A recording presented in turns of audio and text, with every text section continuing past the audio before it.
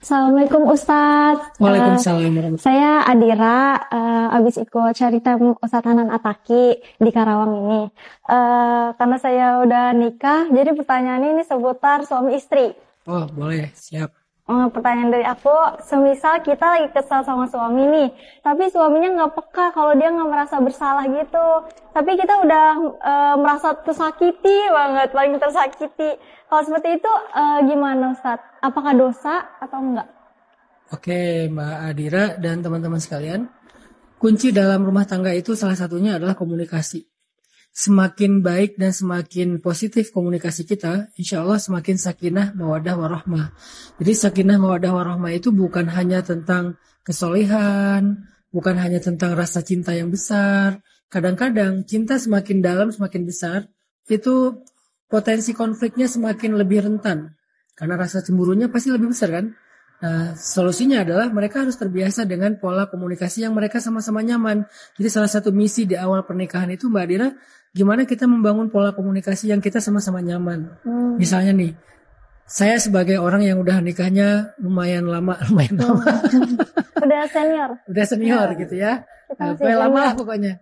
Nah, dulu kan udah mencoba semua pola nih. Ya. Awalnya langsung ngomong sebagai orang Sumatera. Istri saya nggak berkenan, dia malah semakin sedih. Ya. Dengan pola diam, mudah-mudahan dia koreksi sendiri, dia nanti sadar sendiri. Ternyata nggak juga gitu.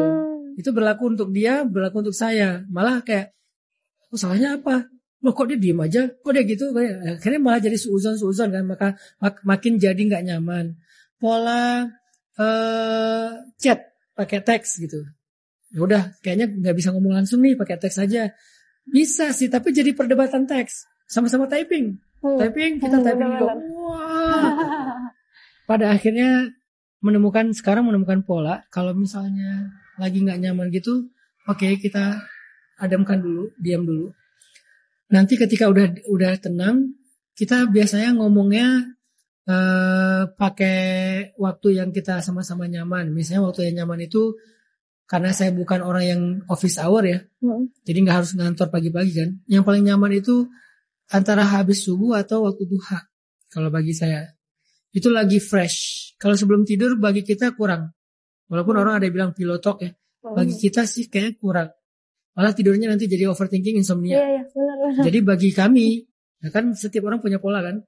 Paling enak itu kalau nggak after subuh, kadang-kadang after subuh kan riuh, nyiapin segala macam. Udah duha. Duha itu paling enak sih biasanya. Kalau di rumah duha kita tutup pintu kamar, ngobrol berdua, dan biasanya kita udah punya sebuah cara nih, template lah. Template-nya apa? Kalau mau ngomong hal yang serius, kita bikin komitmen dulu. Aku pengen ngomong, tapi boleh nggak kamu dengerin dulu? Jangan dibantah. Terus kita boleh nggak janji nggak akan marah-marah gitu. Kadang dia yang kayak gitu, kadang saya kayak gitu. Nah kalau udah komitmen kan susah ya, mau respon terlalu ekstrim ya.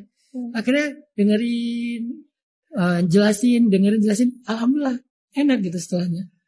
Maka coba temukan dulu pola komunikasi yang tepat sesuai dengan standar masing-masing. Akhirnya nanti dengan pola itu kita akan menyelesaikan masalah-masalah di antara kita. Tapi kalau nggak punya pola komunikasi, nggak akan ketemu. Istri pengennya gini, dia main aja. Suami pengennya ya udah jelasin aja. Akhirnya nggak nyambung kan? Coba kita temukan dulu pola komunikasinya. Gitu Kak Adira. Terus sama satu lagi, misalkan kita nikah, kira-kira ada dosa yang digugurin gak sih kalau kita nikah tuh? Dosa gimana? Ya dosa apapun gitu. Misalkan gara-gara nikah nih, ada dosa yang digugurin gitu. Ada gak sih? Nikah itu ibadah. Maka ibadah itu fungsinya adalah menambah kebaikan di sisi Allah dan mengangkat derajat kita. Kalau penggugur dosa itu adalah istighfar. Dengan taubat, dengan istighfar. Tapi kalau untuk beribadah, kita akan diberikan kebaikan yang disebut dengan pahala. Pahala itu kan kebaikan dunia dan akhirat kan. Sama kita akan dimuliakan, diangkat derajatnya oleh Allah. Jadi kalau misalnya Kak Adira tanya, apakah dengan menikah menggugurkan dosa? Lebih tepatnya dengan menikah, Allah akan menjaga kita. Dengan menikah, Allah akan mengangkat kemuliaan kita atau harga diri kita. Gitu Kak Adira. Baik, terima kasih Ustaz. Sama-sama Kak Adira.